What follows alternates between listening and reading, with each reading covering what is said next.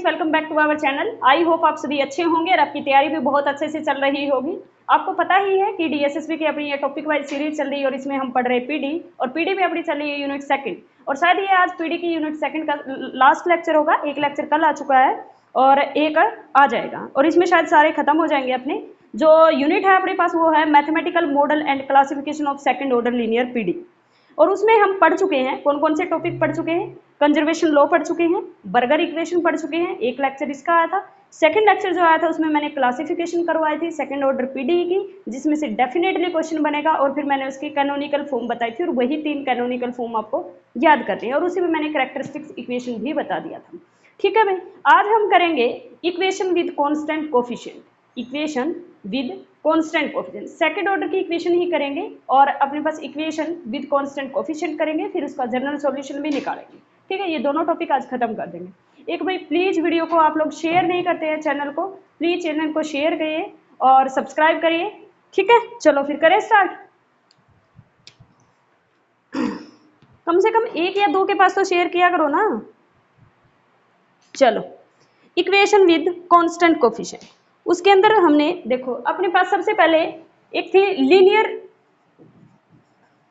Linear second order. ये लिखना नहीं है, ये मैं वैसे ही समझा रही हूँ। Linear second order partial differential equation. ठीक है, linear second order partial differential equation है अपने पास। इसको लीनियर कब बोलेंगे अपने पास? लीनियर मैंने बताया था सबकी डिग्री कितनी होनी चाहिए, 1। अब ये लीनियर पार्शियल डिफरेंशियल इक्वेशन है, ये 2 टाइप की होती है। एक तो होती है अपने पास होमोजीनियस, और एक होती है नॉन होमोजीनियस।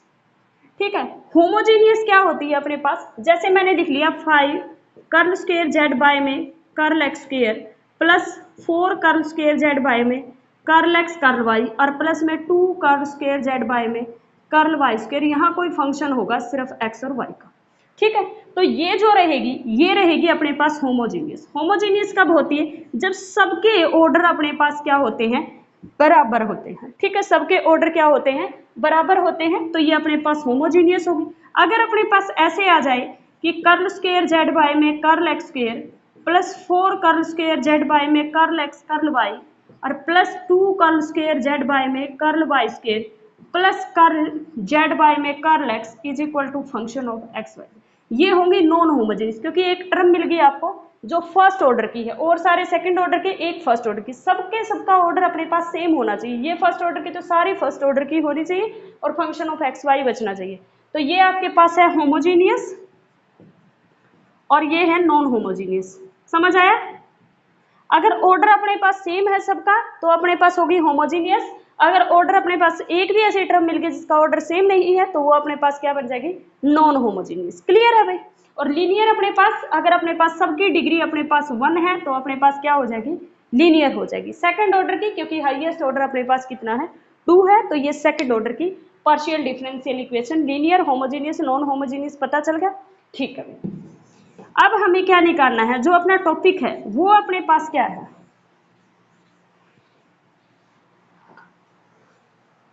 जो भी आपको गिवन पीडी होगी। सीधा एग्जांपल से ही बता देती हूँ। ठीक है, थ्योरी का इससे कुछ बनता नहीं है क्वेश्चन इतना सा। देखो इसके अंदर क्या है, आपके पास जो पीडी गिवन होगी, जैसे अपने पास है कर्ल स्क्वायर जेड बाय में curl X square minus 4 curl square Z by में कर्ल एक्स कर्ल वाई, और plus 4 curl square Z by में curl X curl Y is equal to में 0। लेट अस सपोज दैट ये अपने पास PD. ठीक है भाई, इसका ऑर्डर कितना है, सेकंड है, ये लीनियर पीडी है और कैसी है, होमोजीनियस है। ठीक है, और इसके अंदर आपको क्या करना है, जहां जहां कर्ल बाय में कर्ल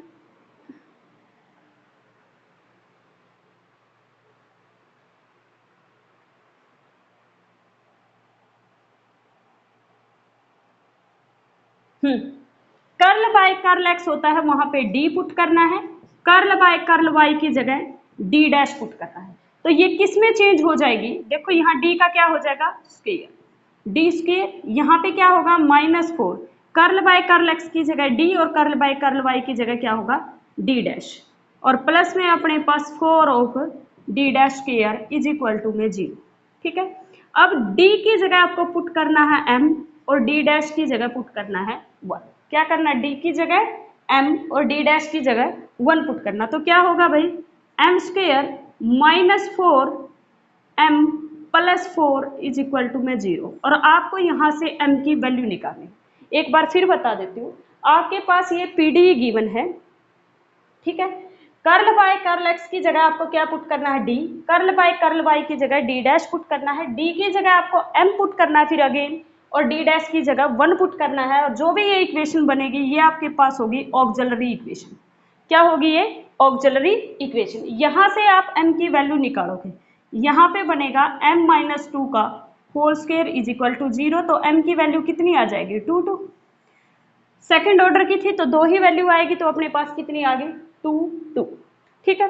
अब अपने पास जो टॉपिक है यहाँ तक बताओ, ये इसको क्या बोलते हैं, ये समझ में आया। ये अगर इस तरह की कोई पीडी दे रखी है तो कर्ल बाय कर्ल एक्स की जगह हमें डी पुट करना होता है, कर्ल बाय कर्ल वाई की जगह डी डैश पुट करना होता है, डी की जगह हमें एम पुट करना होता है, डी डैश की जगह हमें 1 पुट करना होता है। और फिर अपने पास जो इक्वेशन बनेगी वो अपने पास ऑक्सिलरी इक्वेशन होगी, उसको 0 से इक्वेट करवा देना। यहाँ पे कोई फंक्शन भी हो सकता था एक्स वाई का, और जब आप इसको 0 पुट करवाते हो, इसको छोड़ के यहाँ पे जब यही बता दो चाहे बेशक ये भी ऑक्सिलरी इक्वेशन ही होती है। जब 0 से इक्वेट करवा देते हैं तो वो ऑक्सिलरी इक्वेशन ही होती है। क्लियर हुआ, ये ऑक्सिलरी इक्वेशन है, ये इसके रूट निकालेंगे। क्लियर है। अब अपने पास जो टॉपिक सिलेबस में है वो है कि इक्वेशन विद कांस्टेंट कोफिशिएंट। अब हेडिंग डालो, इतना समझ में आया। चलिए, ये था समझाने के लिए।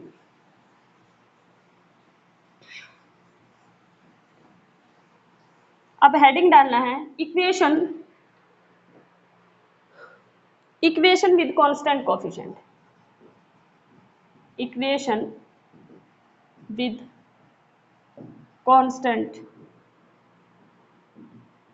कोफिशिएंट कैसी इक्वेशन है, सेकंड ऑर्डर की पीडी की बात चल रही है,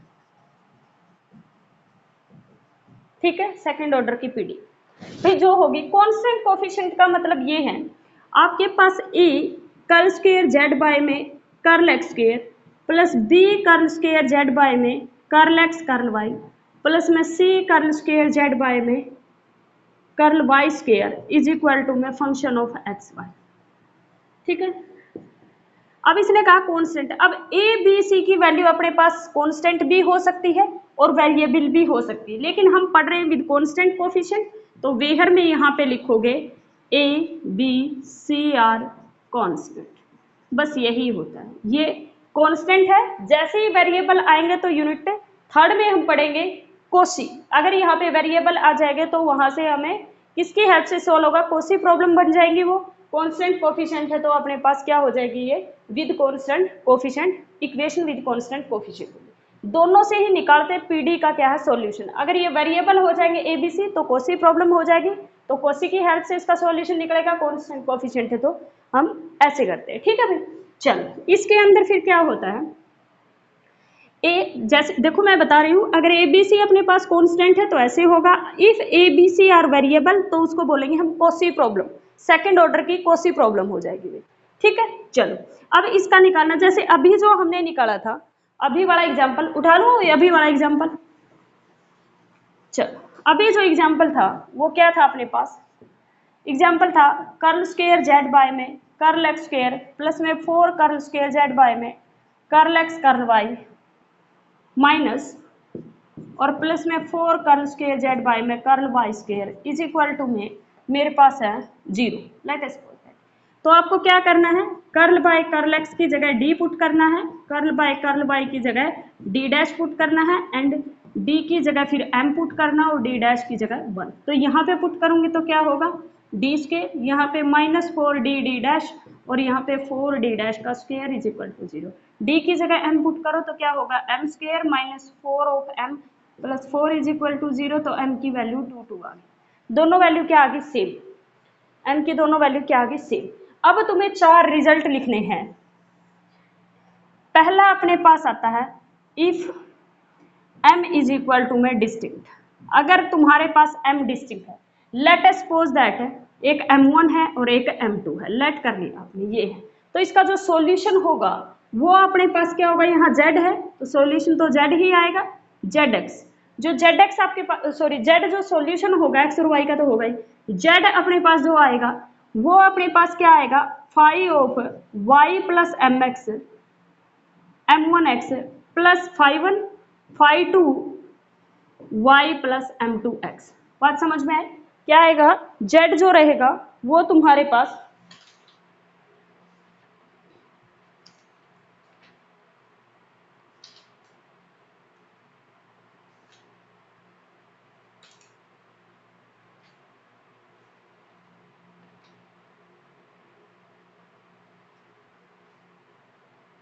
Z is equal to Y plus M one x plus five two Y plus M two. दूसरा अपने पास है if m is equal to में से, अगर अपने पास सेम आते हैं कि m1 इज इक्वल टू अगर m2 हो जाता है तो z इज इक्वल टू में five one Y plus M one x plus में x five two Y plus m1 और m2 तो सेम होगा तो यहाँ पे भी m1 x आ जाएगा। x से क्या हो जाएगा multiply, late us suppose that एक और होता m3, तीन अगर सेम होते तो प्लस में आ जाता x square five of three, same रहेगा ये तो m1 ही, y plus M one x, m है तो m ले लो। अगर मान लेते एक और होता m4 तो क्या करोगे फिर, x की cube five of four y plus M one x, यानी कि जितनी बार रिपीट होंगे उससे एक कम x की पावर मल्टीप्लाई करते जाना, वो z का सॉल्यूशन आ जाएगा। अगर डिस्टिंक्ट है तो जितनी बार, यहाँ पे तीन डिस्टिंक्ट होते तो प्लस में एक फाइव थ्री और आ जाता y plus m three x, एक और होता तो five four plus y plus m four x, उसमें कुछ मल्टीप्लाई नहीं होगा। क्लियर है भाई इतना? ठीक है,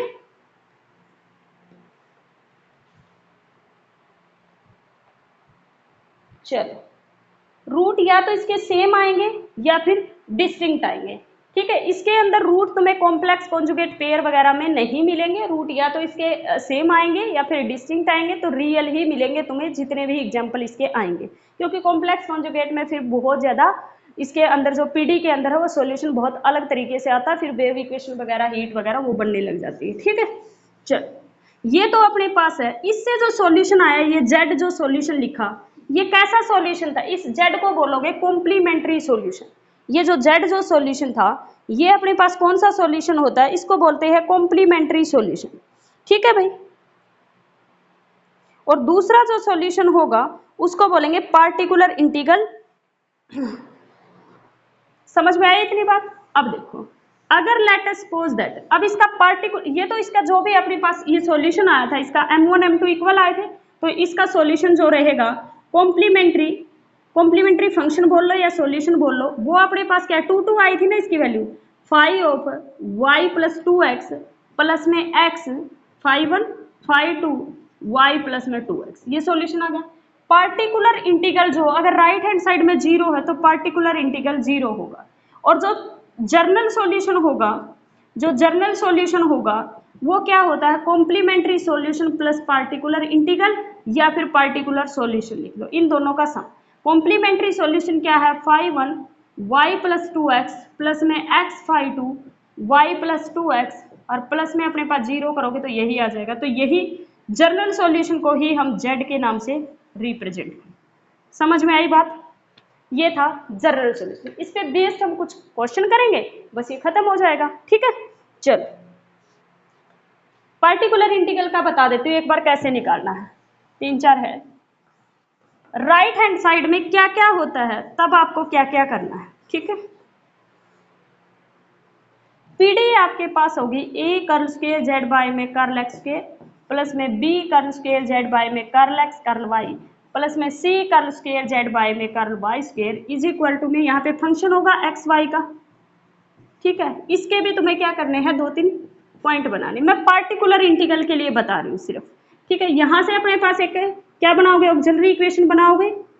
तो आपको क्या करना है, जैसे पीछे वाले में आपके पास बना था डी स्क्वायर माइनस में फोर डी डी डैश, और माइनस में क्या बना था भाई, प्लस में फोर डी डैश का स्क्वायर, यही बना था। आपको क्या करना, वन बाय में लिखना है इसको कि डी स्क्वायर माइनस में फोर डी डी डैश और प्लस में फोर डी डैश का स्क्वायर, और यहाँ पे लिखना है जो भी आपके पास होगा उसका इंटीग्रल निकालना है। ठीक है, अब यहाँ पे पॉसिबिलिटी क्या हो सकती है, ई की पावर ए x plus B Y type का मिल सकता है, साइन ए एक्स प्लस बी वाई मिल सकता है, या फिर कोस ए एक्स प्लस बी वाई मिल सकता है, या फिर आपके पास क्या मिल सकता है, कांस्टेंट मिल सकता है, या फिर आपके पास फंक्शन ऑफ कोई एक्स वाई मिल सकता है। जैसे ऐसे मिल जाएगा एक्स की पावर एम वाई की पावर एन।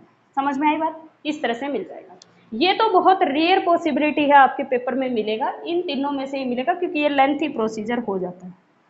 ठीक है, ये तीनों में से अगर ऐसा हो, अब मैं पहला जो लेके चल रही हूँ वो ये लेके चल रही हूँ कि जो एफ ऑफ एक्स वाई है वो मेरे पास ई की पावर ए एक्स प्लस बी वाई है। तो आपको क्या करना है, डी जहाँ पे हो वहां पे ए पुट करना हो, डी डैश हो वहां पे वाई का कोफिशिएंट बी पुट करना। किसके अंदर? इसके अंदर।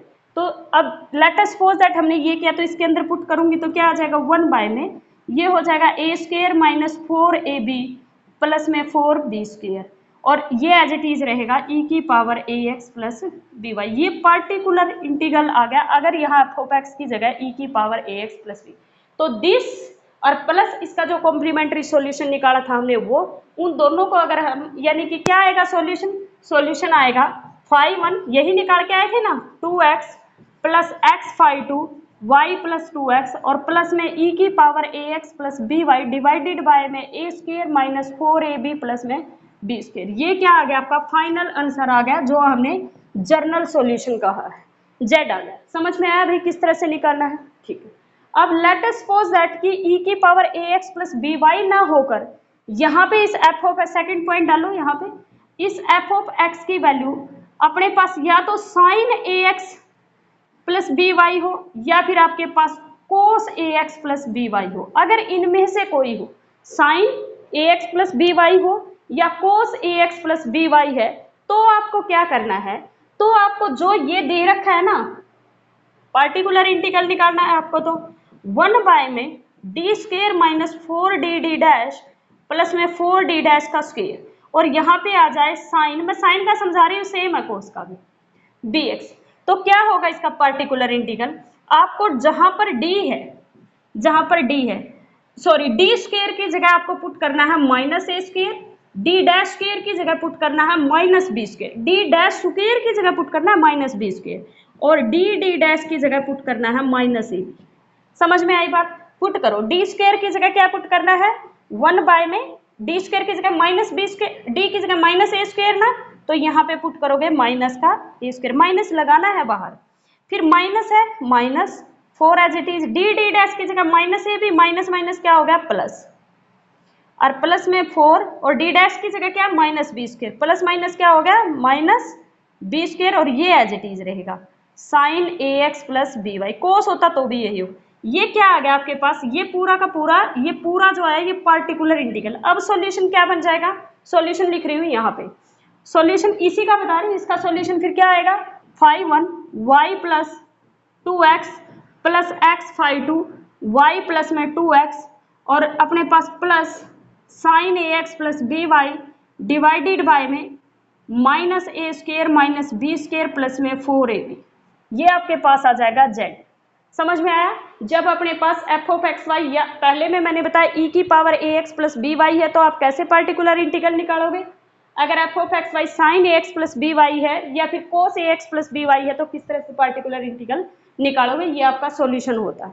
क्लियर है भाई? इतना क्लियर है? इतना चलो नेक्स्ट अपने पास आ जाता है, let us suppose that constant होता है, इसी में बता देती हूँ। ये पहले वाला मैंने बताया था ना, अगर यहाँ पे होता एफ ऑफ एक्स वाई की वैल्यू कांस्टेंट है, कांस्टेंट मैंने मान लिया 1 2 3 कुछ भी, लेट अस सपोज दैट 2, मैं 2 की जगह c ले लेती हूँ, c की वैल्यू तुम 0 1 2 3 नेगेटिव कुछ भी कर लेना, c belongs to real number है। तो क्या मैं इसको ये लिख सकती हूँ c इंटू ई की पावर 0x प्लस में 0y। समझ में आया? ये कांस्टेंट बाहर आ जाएगा, d की जगह तुम्हें क्या पुट करना है 0 और d डैश की जगह 0, लेकिन जैसे ही तुम ये पुट करोगे तो नीचे क्या बन गया 0 1 बाय 0। तो तुम्हें क्या करना होता है, x से मल्टीप्लाई और इसका derivative with respect to x। समझ में आया? तो d डैश वाला 0 हो जाएगा, यहाँ पे बच जाएगा माइनस का 4 माइनस 4 d डैश, और यहाँ पे ट्वाइस ऑफ d, क्या बच जाएगा ट्वाइस ऑफ d। इसका with respect to d derivative करना है, इसका with respect to d derivative करना है और x से मल्टीप्लाई। अगर आपके पास 1 बाय 0 टाइप की कोई फॉर्म बन जाए, ऊपर x से मल्टीप्लाई और इसका डेरिवेटिव करना विद रिस्पेक्ट टू d। तो क्या बनेगा, ट्वाइस ऑफ d -4। अब d की जगह 0 पुट करोगे तो अपने पास कितना आ गया, -1/2 x, और इंटू में c था तो अपने पास क्या आ जाएगा, उसका आ जाएगा पार्टिकुलर इंटीग्रल -c/2x आ जाएगा। समझ में आई भाई बात। इस तरह से अपने पास पार्टिकुलर, मैंने ये तीनों केस आपको करवा दिए। ये छोड़ दो x की पावर m y की पावर n, क्योंकि ये फिर लेंथी हो जाएगा। ठीक है, इतना ही करो, इससे हो जाएगा। क्लियर है। चलो ये कर लो साइन कॉस e की पावर ax और कॉन्स्टेंट, इन्हीं में से आएगा क्योंकि वरना लेंथी हो जाता है, इतना टाइम देगा नहीं पेपर में। ठीक है, तो ये आपको करना है इसके अंदर। नेक्स्ट कुछ स्टैंडर्ड है वो मैं तुम्हें लिखवा देती हूँ, 2-3। जनरल सॉल्यूशन समझ में आया, कांस्टेंट कोफिशिएंट के साथ पीडी का सॉल्यूशन समझ आ गया होगा, ऑक्सिलरी इक्वेशन क्या होती है पता चल गया होगा। ठीक है, चलो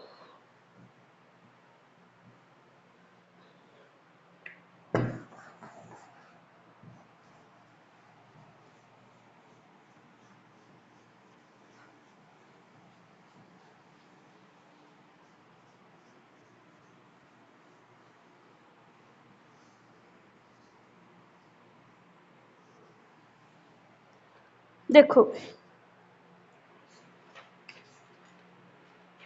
अगर आपके पास कुछ पीडी आ जाती है जिसके अंदर हमें कुछ जर्नल पीडी है, जैसे ऐसे आ जाए a D minus B D dash plus C is equal to में 0। ठीक है, अगर लीनियर फैक्टर आ जाए, क्या आ जाए, लीनियर फैक्टर, अगर अपने पास डी स्क्वायर ना होकर अगर लीनियर फैक्टर आ जाए तो अपने पास क्या करना है, ये कैसे साइड, ये सेकंड ऑर्डर की नहीं है। अगर लीनियर फैक्टर, क्योंकि कांस्टेंट कोफिशिएंट दे रखा है ना सिलेबस में, तो अपने पास अगर लीनियर फैक्टर में आ जाए कि अपने पास डी डी डैश, यानी कि ये क्या होगी, कर्ल जेड बाय में curl x minus b curl z, इसने कहा नहीं है ना होमोजीनियस होगी नॉन होमोजीनियस, तो मुझे तो दोनों बतानी पड़ेगी, कर्ल जेड बाय में curl Y plus C is equal to 0। अगर लीनियर पीडी आ जाए तो अपने पास with constant coefficient linear PD आ गई, तो आप सॉल्यूशन कैसे करेंगे। ठीक है, ये तो ये ऐसे होगी आपके पास, या फिर आपके पास, हाँ ठीक है, ठीक है, इसी का A D minus B D dash plus C की पावर आर आ जाए। ठीक है, ये अपने पास राइट हैंड साइड में कुछ भी, मैं इसका कॉम्प्लीमेंट्री फंक्शन बताऊंगी सिर्फ। ठीक है, ये आ जाए अपने पास, तो इसका अपने पास किस तरह से सॉल्यूशन लिखेंगे। ठीक है, इसका सॉल्यूशन आप कैसे लिखेंगे, कॉम्प्लीमेंट्री बताना है, सिर्फ मैं कॉम्प्लीमेंट्री फंक्शन बताऊंगी। ठीक है, complementary function is equal to 0 कर लोगे, कॉम्प्लीमेंट्री फंक्शन ये आएगा ई की पावर माइनस सी बाय में ए माइनस सी बाय में A X five of Y plus five of यहाँ पे अगर b है तो b of x plus a of y। ठीक है, क्या होगा, e की पावर माइनस सी बाय में A X five of B x plus A Y, B x plus A Y यही होना चाहिए। ठीक है, अगर यहाँ नेगेटिव है तो b आएगा, यहाँ पॉजिटिव है तो माइनस b आ जाएगा। ठीक है, यहाँ पे भी माइनस होता है। ठीक है, क्या होगी स्टैंडर्ड, ए डी और माइनस में अपने पास क्या है, ए डी माइनस में बी डी डैश माइनस में सी अगर आ जाए तो ई की पावर माइनस सी बाय में A X five of B x plus A one. अगर ये आर टाइम हो, इसकी पावर आर आ जाए, मतलब कॉम्प्लीमेंट्री फंक्शन इसी की पावर दे दे वो, तो आप, अच्छा एक तो ये होगा, दूसरा इसी का ये भी लिख सकते हो, ई की पावर सी बाय में बी वाई। अब क्या हो जाएगा, सी बाय में बी वाई लोगे तो पॉजिटिव और सी बाय में ए लोगे तो नेगेटिव होगा, यहाँ एक्स आएगा, यहाँ कोफिशिएंट डी डैश का लिया तो वाई आएगा, और ये as it is five of B x plus A y. ठीक है भाई, अगर पावर आर आ जाए तो ये तो अपने पास मैं ऊपर लेके हिसाब से बताऊंगी, नीचे वाला सेम तुम लिख लोगे। तो देखो ई की पावर माइनस सी बाय में ए एक्स, तो अपने पास five of B x plus A Y five one, और प्लस में अपने पास करोगे X five two B x plus A Y and so on X की power R minus one five R B x plus ए Y. ये इसका क्या हो जाएगा, सॉल्यूशन हो जाएगा। ठीक है भाई, ठीक है, एक चीज का ध्यान रखना है, यहाँ पे a नॉट इक्वल टू 0 होना चाहिए, यहाँ पे a नॉट इक्वल टू 0, यहाँ पे b नॉट इक्वल टू जी, ये समझ में आया। अगर पावर r तक है तो अपने पास इस तरह से लिखनी है, अगर ये है तो इसका कॉम्प्लीमेंट्री फंक्शन इस तरह, ये इज इक्वल टू में 0 आएगा तभी तो इसका कॉम्प्लीमेंट्री होगा, पार्टिकुलर इज इक्वल टू में होगा तो पार्टिकुलर के लिए फिर अलग निकालें। कॉम्प्लीमेंट्री फंक्शन इनका यही होगा जो मैंने बताया था ना, जर्नल सॉल्यूशन होता है complementary function plus particular, particular integral उसी तरह से निकलेंगे, वही चीजें मिलेगी, 1 में इसको करोगे पूरे को, और जो यहाँ दे रखा राइट हैंड साइड में, अगर e की power ax plus B y तो d की जगह a पुट करोगे, d डैश की जगह b पुट करोगे, और जो भी आएगा वो पार्टिकुलर इंटीग्रल बस प्लस में हो जाएगा, इसके तो टोटल सॉल्यूशन आ जाएगा, यानी कि जनरल सॉल्यूशन। ठीक है, अब इस पे कंडीशन है c की वैल्यू 0 दे देगा तो क्या हो जाएगा, ये टर्म हट जाएगी, यहाँ पे c की वैल्यू 0 दे देगा तो ये टर्म हट जाएगी, e की पावर bx हट जाएगी, b की वैल्यू 0 तो देगा तो अपने पास यही लगाने पड़ेगा, क्योंकि फिर ये नहीं लगा पाएंगे, a की वैल्यू 0 दे देगा तो यही इसका सॉल्यूशन होगा, ये इसका सॉल्यूशन नहीं होगा, ये अलग अलग कंडीशन है वो आपको करने की जरूरत है नहीं। ठीक है भाई, पार्टिकुलर सॉल्यूशन तुम निकाल ही सकते हो, उसके लिए जो भी होगा। ठीक है, चलो ये अपने पास था जो पार्शियल डिफरेंशियल इक्वेशन है, पार्शियल डिफरेंशियल इक्वेशन की यूनिट सेकंड अपनी कंप्लीट हो चुकी है, और आपको इतना ही पढ़ना है, इसके अंदर छोटे छोटे क्वेश्चन इसके करके देख लिए, बस आपको बार बार क्या करना है, पार्टिकुलर इंटीग्रल जो मैंने आपको जर्नल बताया e की power ax plus B y, और एक मैंने साइन ax प्लस में बी वाई, और अपने पास cos ax plus B y, उनके पार्टिकुलर इंटीग्रल बार बार अपनी कॉपी पे लिख के देखिए कि अगर कुछ भी आए, पीडी तो लिखोगे, यहाँ पे कॉम्प्लीमेंट्री ऑक्सिलरी इक्वेशन तो यहाँ लिखोगे, यहाँ पर अपने पास जो भी होगा e की पावर ax साइन ax के लिए अपने पास क्या करते हैं, d की जगह अपने पास e की power ax plus B y है तो d की जगह अपने पास a रखते हैं, d डैश की जगह b रखते हैं, अगर साइन ax है तो d स्क्वायर की जगह अपने पास माइनस a स्क्वायर रखते हैं, d डैश की जगह माइनस b स्क्वायर होता है, d डैश की जगह माइनस ab होता है, और ऑक्सिलरी इक्वेशन के लिए अपने पास अगर सॉल्यूशन जैसे m1 m2 मैंने बताया कि इक्वल होंगे तो क्या होगा, m1 m2 अगर डिस्टिंक्ट होंगे तो क्या होगा, अगर linear PD with constant coefficient आ जाएगी तो अपने पास सॉल्यूशन किस तरह से लिखेंगे, अगर वो r टाइम कोई फैक्टर अगर r टाइम हो रहा है मतलब 2 टाइम हो सकता है, 3 टाइम हो सकता है, तो उसका सॉल्यूशन कैसे लिखेंगे, बस यही 5-6 चीजें, इनको बार बार करोगे आपको याद हो जाएंगी ये चीजें। ठीक है, चलो भाई ये यूनिट सेकंड कंप्लीट हो गई है, प्लीज़ चैनल को ज़्यादा से ज़्यादा लोगों तक शेयर करना, मैं आप लोगों के लिए इतनी मेहनत कर रही हूँ तो आप प्लीज़, और तो कुछ कोई आपका ये तो है नहीं कि यहाँ कुछ पेड कोर्सेज चल रहा है, जबकि आपका जो कंटेंट दिया जा रहा है वो पेड कोर्सेज की तरह ही दिया जा रहा है, तो प्लीज़ आप इतना तो कर ही सकते हैं कि चैनल को कुछ लोगों तक शेयर करें, थोड़ा सा चैनल अगर ग्रो करेगा मुझे भी मोटिवेशन मिलेगा काम करने के लिए। Thank you so much, bye bye, मिलते हैं नेक्स्ट क्लास में, बाय।